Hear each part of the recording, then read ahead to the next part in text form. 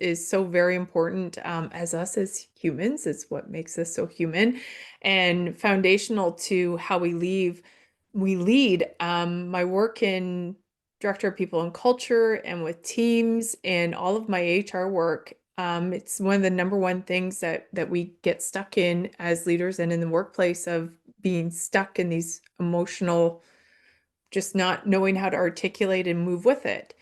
And I'm honored to have this conversation with you and feature you in my writing. The book that I'm writing is called And So a Tree Still Grows.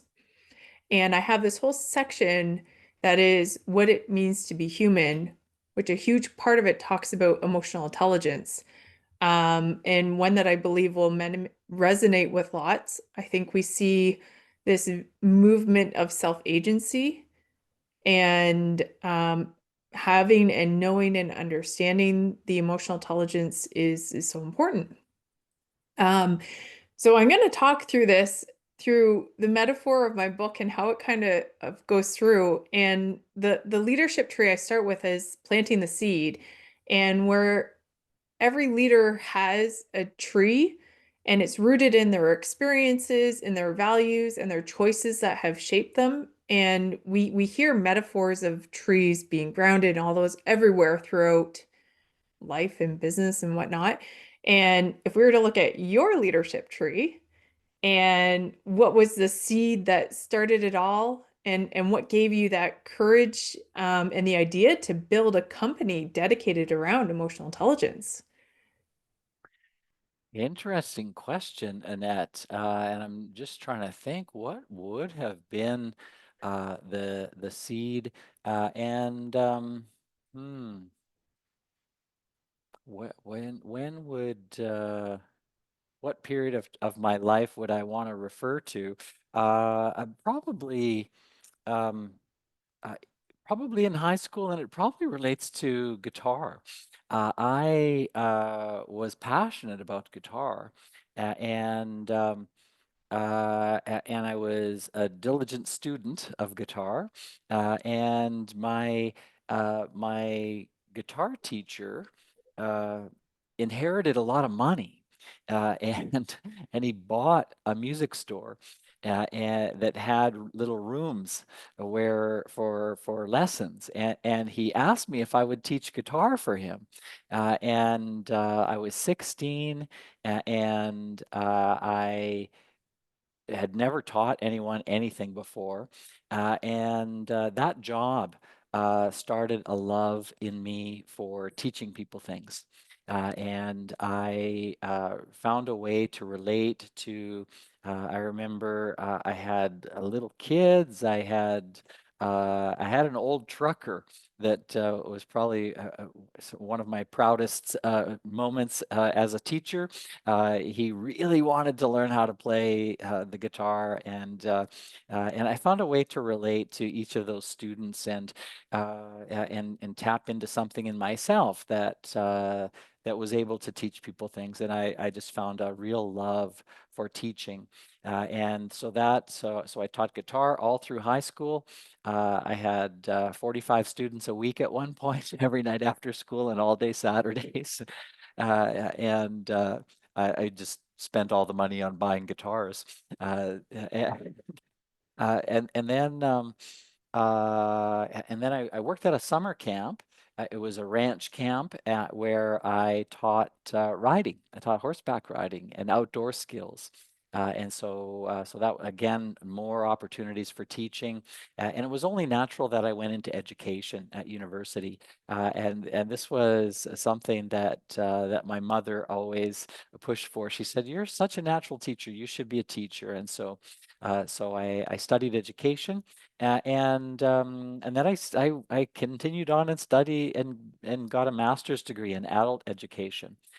Became interested in how people learn in the workplace, and noticed that none of the other leadership programs or leadership companies that were around were teaching anything related to personal and interpersonal skills. They taught things that were related, to be fair, for sure. But emotional intelligence had been around for some time, and nobody was teaching emotional intelligence skills. And so I saw a real opportunity in the marketplace, and was just passionate about this idea that there was a fundamental set of skills for human effectiveness. And when we applied that to leadership, it could turn managers who, as you know, become managers because of their technical skills. It can turn managers into leaders by providing them with these real personal and interpersonal skills that came in this wonderful package that no one else seemed to be teaching. So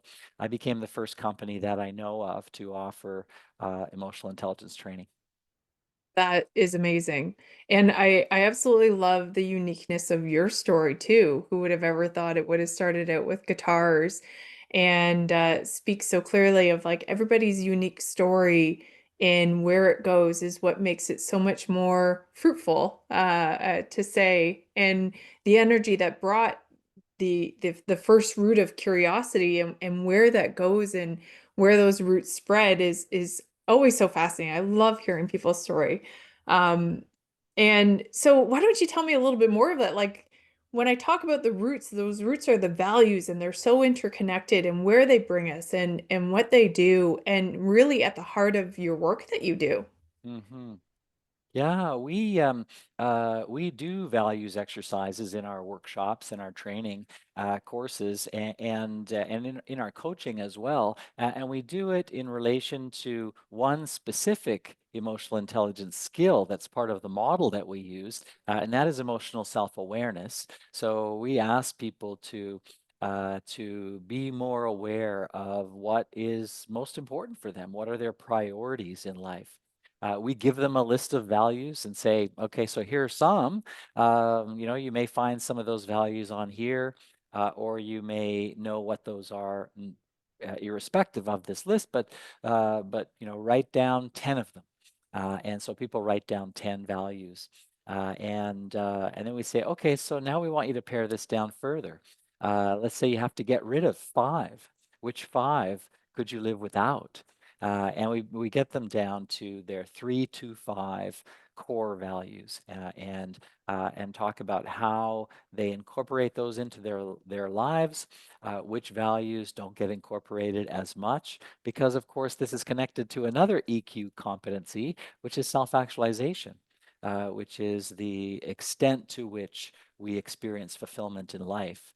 By being involved in what has meaning and purpose for us. And so if what we're doing is not aligned with our values, then we'll experience less fulfillment in life.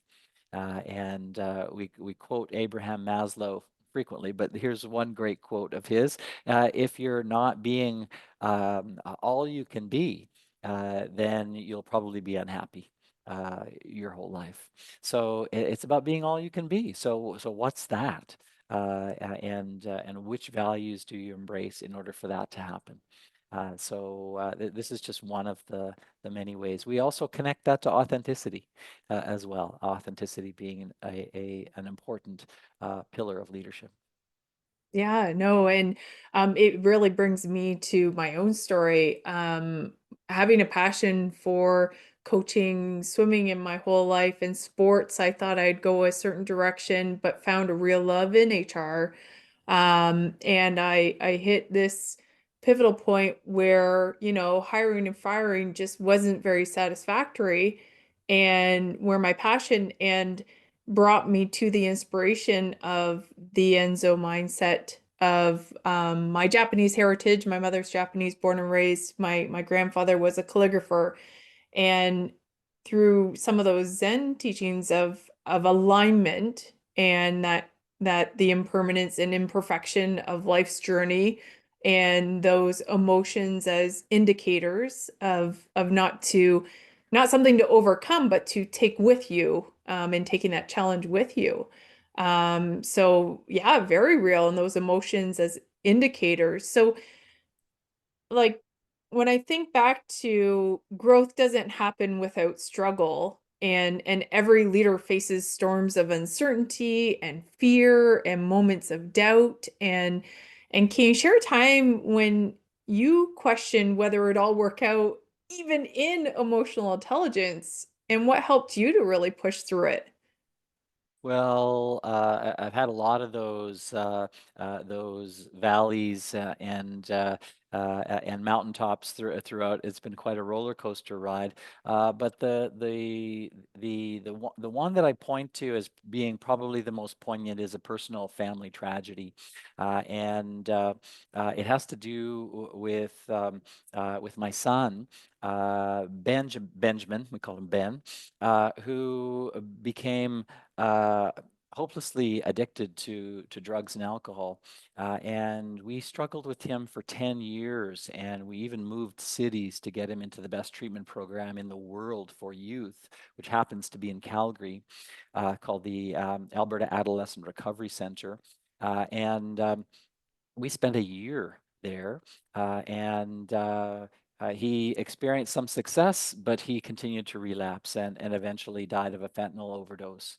And I thought I knew something about emotions before he took us on this journey. And what I really had to learn about was how to deal with pain.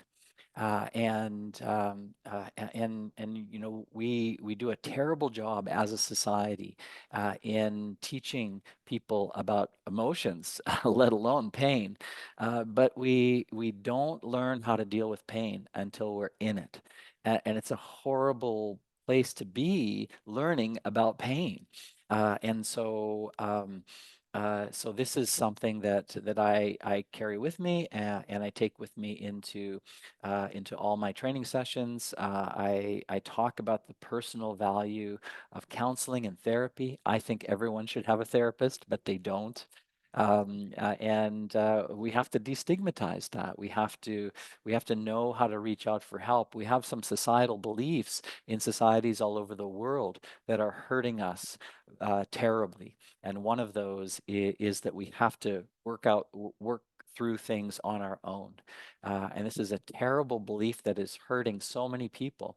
And I frequently talk about the fact that without doing the work, the hard emotional work, I wouldn't be able to find joy again in my life. My wife and I thought that our lives were over. Losing a child is probably the worst thing that I can think that can happen to anyone. And so to be able to work through that, to learn to live with grief. Grief is not something that you get through. Uh, Grief is something you learn to live with. And I will think about them and keep them close every day for the rest of my life. But it's learning to live with that grief is what we have to do. So you know, emotions are so all-encompassing, and we experience life through our emotions. And unless and until we get more intelligent about emotions, we will continue to see those extreme examples of a lack of emotional intelligence, violence and intimidation, threats. People think that they can get anywhere with threats. It absolutely doesn't happen. Threats destroy relationships, and we're seeing that right now between our country and the country we share a border with. And it's so sad and unfortunate that so many people are so lacking in emotional intelligence. You you don't make enemies of the people you share a border with, and that's precisely what's happening. So it's very sad and unfortunate what's going on in our world. And the solution is fairly simple, but it's hard. It's not easy by any means. It's extremely complex, but the solution is right there for us, should we choose to accept it. Thank you for sharing your story. That touches really deep and hard, and um, it takes a lot of courage to then learn to talk about it in such public forums, and but teaches so much. And yeah, my heart to you and your wife and carrying it with you. It's such a good lesson to learn because I think we think that we have to bury it or we have to let it go and release. And um, we all experience heartbreak somewhere. I mean, it's Valentine's season, right? And there was something that I really learned by studying Japanese in the language. The word kokoro, which is the heart, that the Japanese definition is heart and mind together.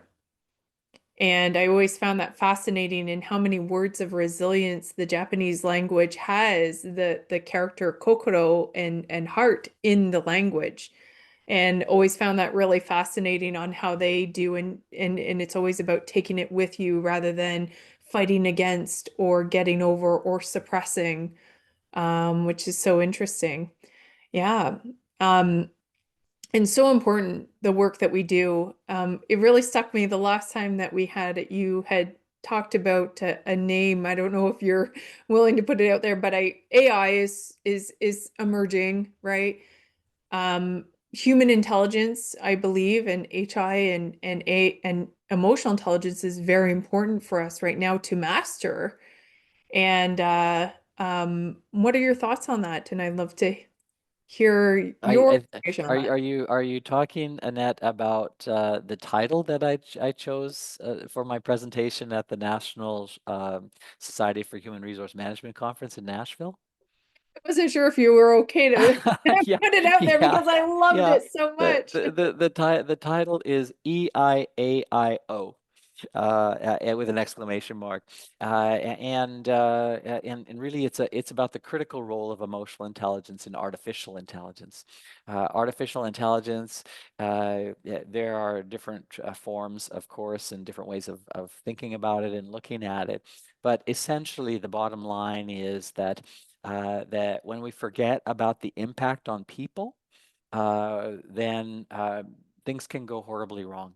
And so it's really just remembering about the essential difference between emotion between humans and artificial intelligence, which is meant to replicate the intelligence of humans, is that we don't yet know how to create a machine that can feel.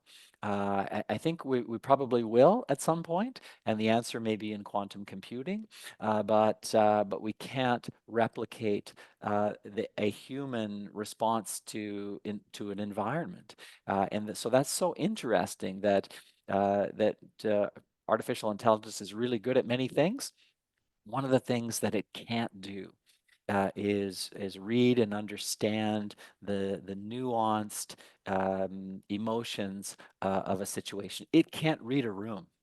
Whereas humans, we can walk in and immediately we get the sense of whether we belong in that room, whether that room is welcoming to us, whether that room has something that is relevant for us, whether that room is pleasurable or uncomfortable to be in, and we can take appropriate actions. Machines can't, not yet.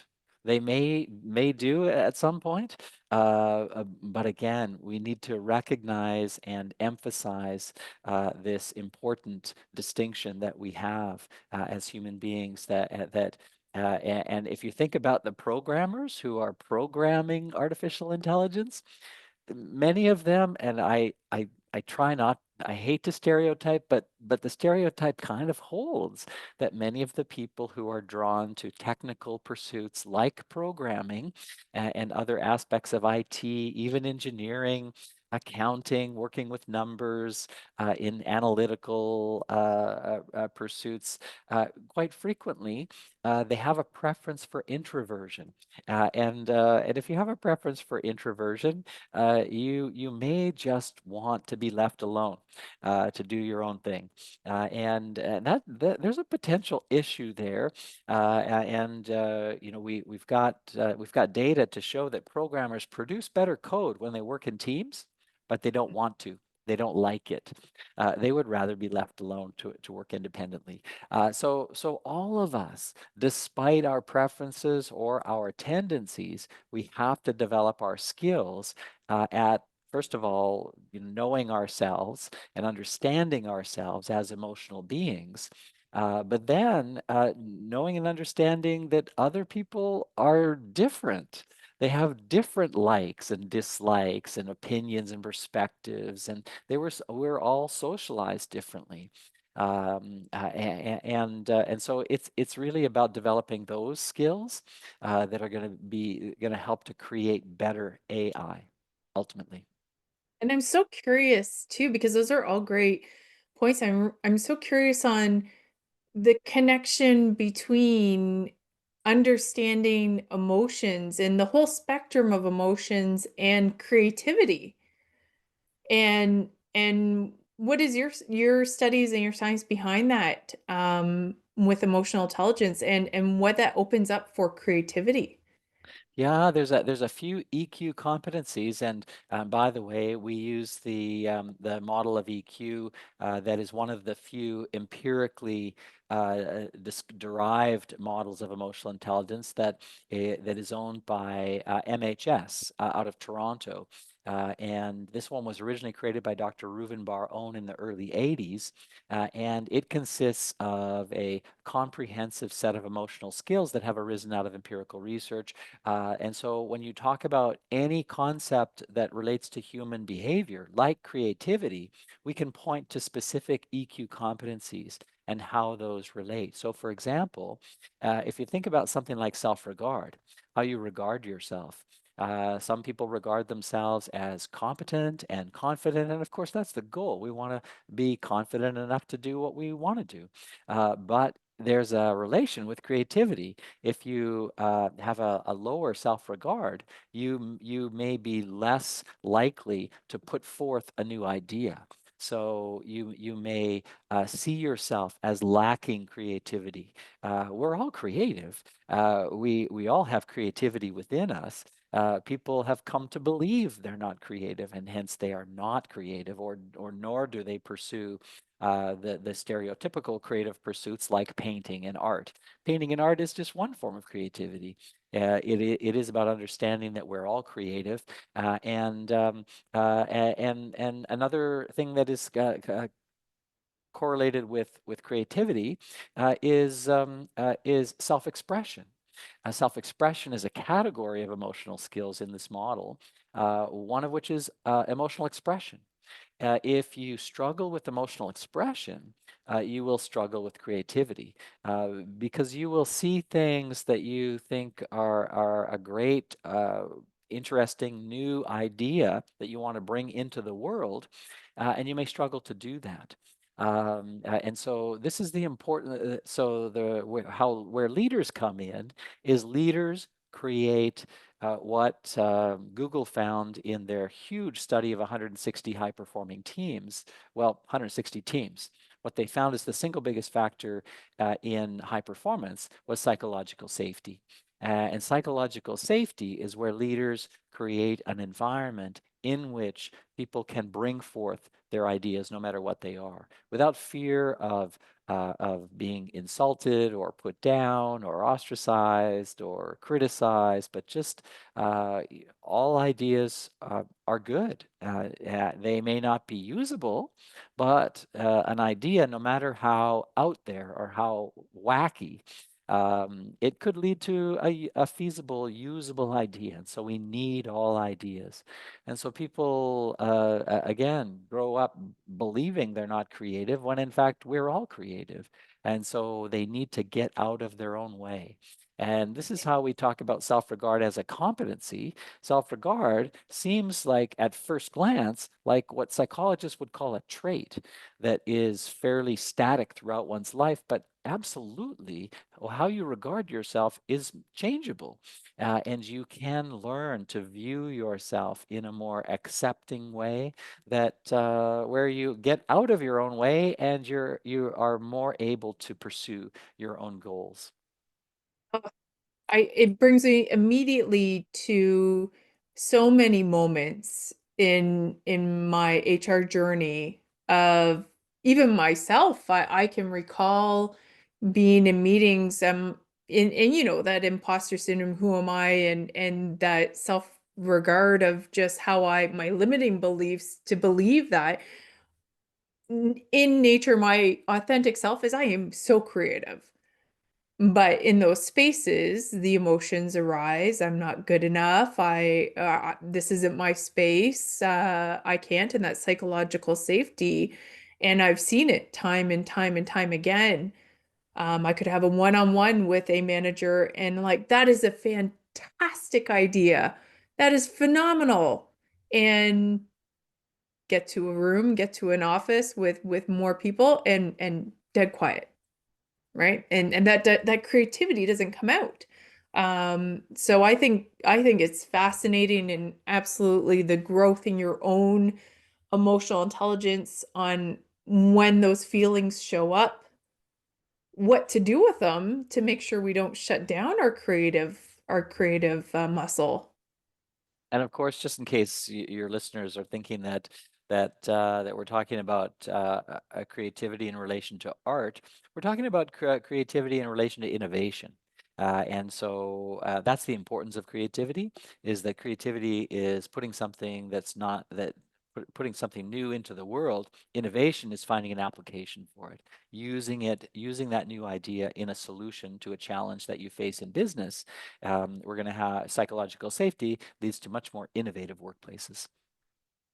Oh, and thank you for clarifying that. Yes. And we see frustration in spaces where learning happens. And I just watched Dr. Becky's of the space in between of learning and the time to I'm gonna make sure that I get this a little bit better, but the frustration that we learn to sit in is the learning space of understanding that, which I find and love to just teach people the patience to sit in those emotions and break them apart to understand them. So through your studies, and I'm very excited to get the future certification of this. Why don't you tell me a little bit more of what things that you see leaders, managers, and what the outcome is that they get out of taking these courses, certifications, and so on. Sure. Yeah. Well, you just made me think, Annette, about that discomfort that comes from learning. And it is precisely that discomfort that prevents people from taking courses and learning new things. And it is we have to be somehow find a way to be more comfortable with that discomfort in order to learn. And so when people are willing to open themselves up to learning and choose courage over comfort, as Abraham Maslow said, it is it is about helping people to become more aware. I think in the course of my years of teaching, I became a coach, and in becoming a coach, what we learn is that coaching is all about creating awareness for people.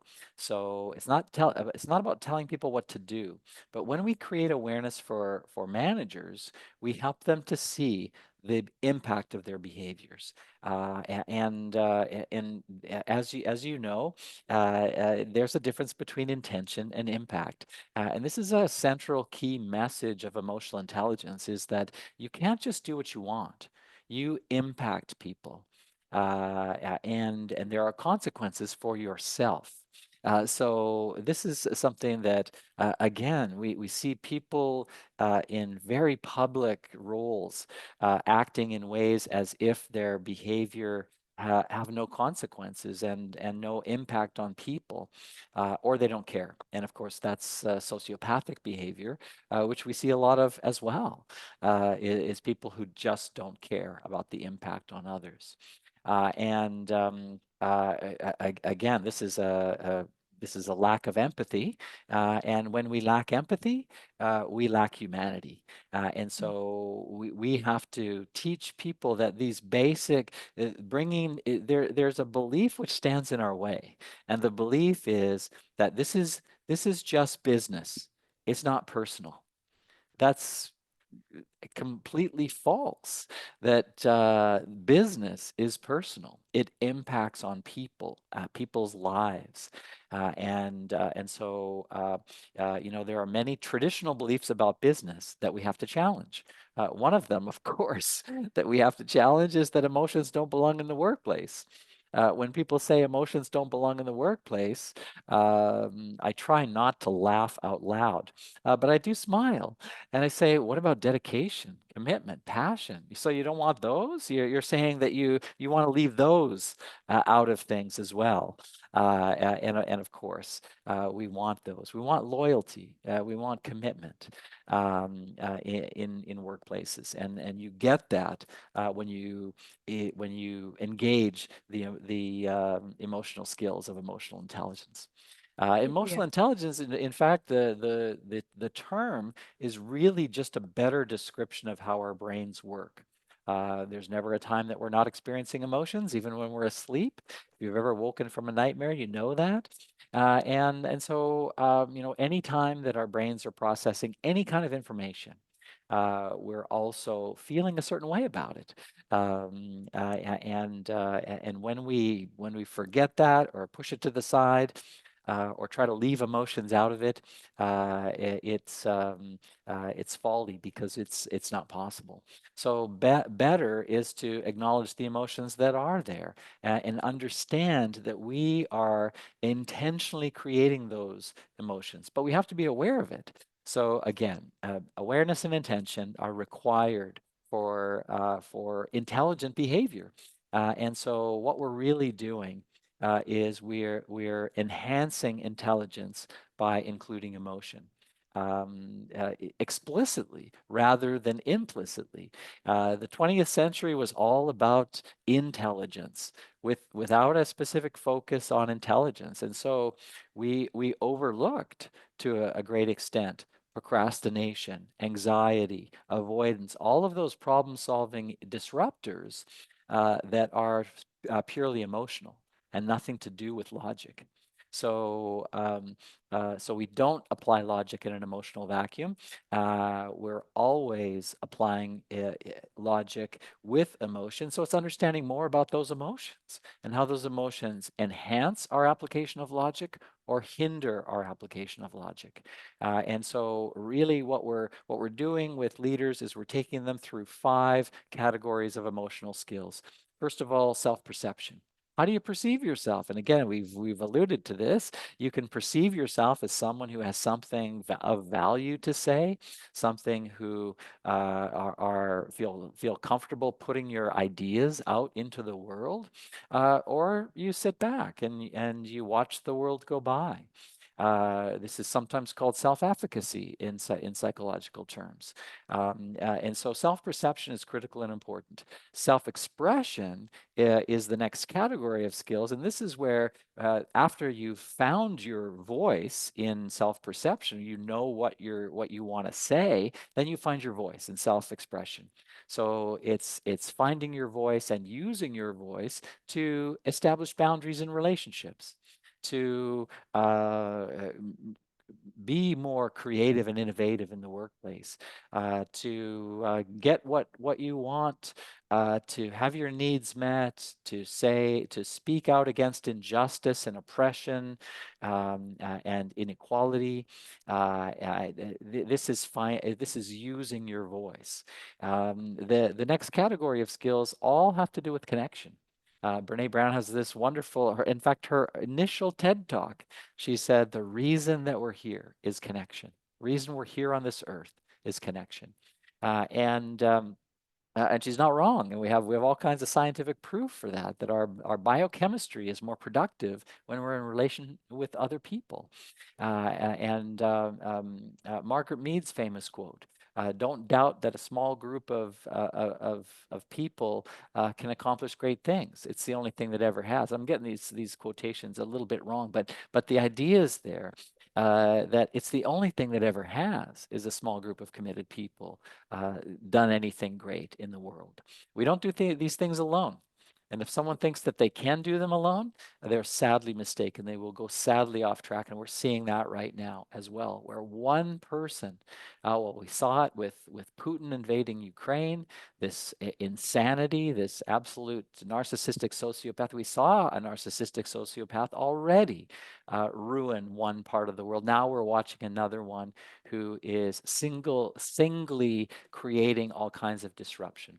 And it's the most emotionally unintelligent public display you'll ever see. Are these individuals, and so we have to understand things like this model. We have to understand ways of being in the world that are constructive, that pull people together, not push people apart. So that's the whole area of connection, is understanding the importance of empathy, understanding the importance of social responsibility, of giving back, and this was mentioned by Maslow in his theory of transcendence. It's not self-actualization. It's not the top of his pyramid. It's the self-actualization of others. So it's the inverted pyramid on top of the hierarchy of needs. Transcendence. That's social responsibility, and then it's understanding the explicit way that emotion and logic work together. That's the whole decision-making area of the model, which is often missing in other models of emotional intelligence. And finally, the ship wasn't meant to stay in the harbor. That means that we all have to go out on the open sea in order to make our life. And if we can't withstand the storms and the waves and the winds, then they'll take us out. And that's the whole area of stress management. The whole idea that we don't do anything unless we're under stress. And then when we're under stress, we have to know how to handle it. And we don't teach kids this well enough. We don't teach kids any of this areas of these model in a structured, systematic way. Where it's starting, you'll start to see it in schools, and they'll call it things like character education or social and emotional learning. So these are some initiatives that are going on in some ways but it's not across the board. It's not in every school district, and not every human gets the same learning.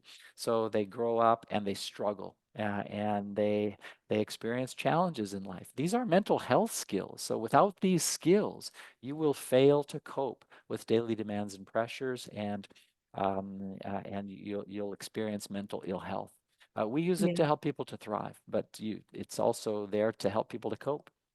Yeah, no, and as a life skill, so critical to help you succeed and achieve and cope. And with this climate and what we're seeing in extreme change, it becomes even more evident. I mean, good for business for you, David, to but it's showing that it's even more needed in that sense. And then those who are passionate about it to help teach it for the growth of everybody else around us. Having a 6-year-old, I go through all of those quite frequently, and even this morning, and learning to sit with it and let it rise and fall, and observe and understand. And we used today.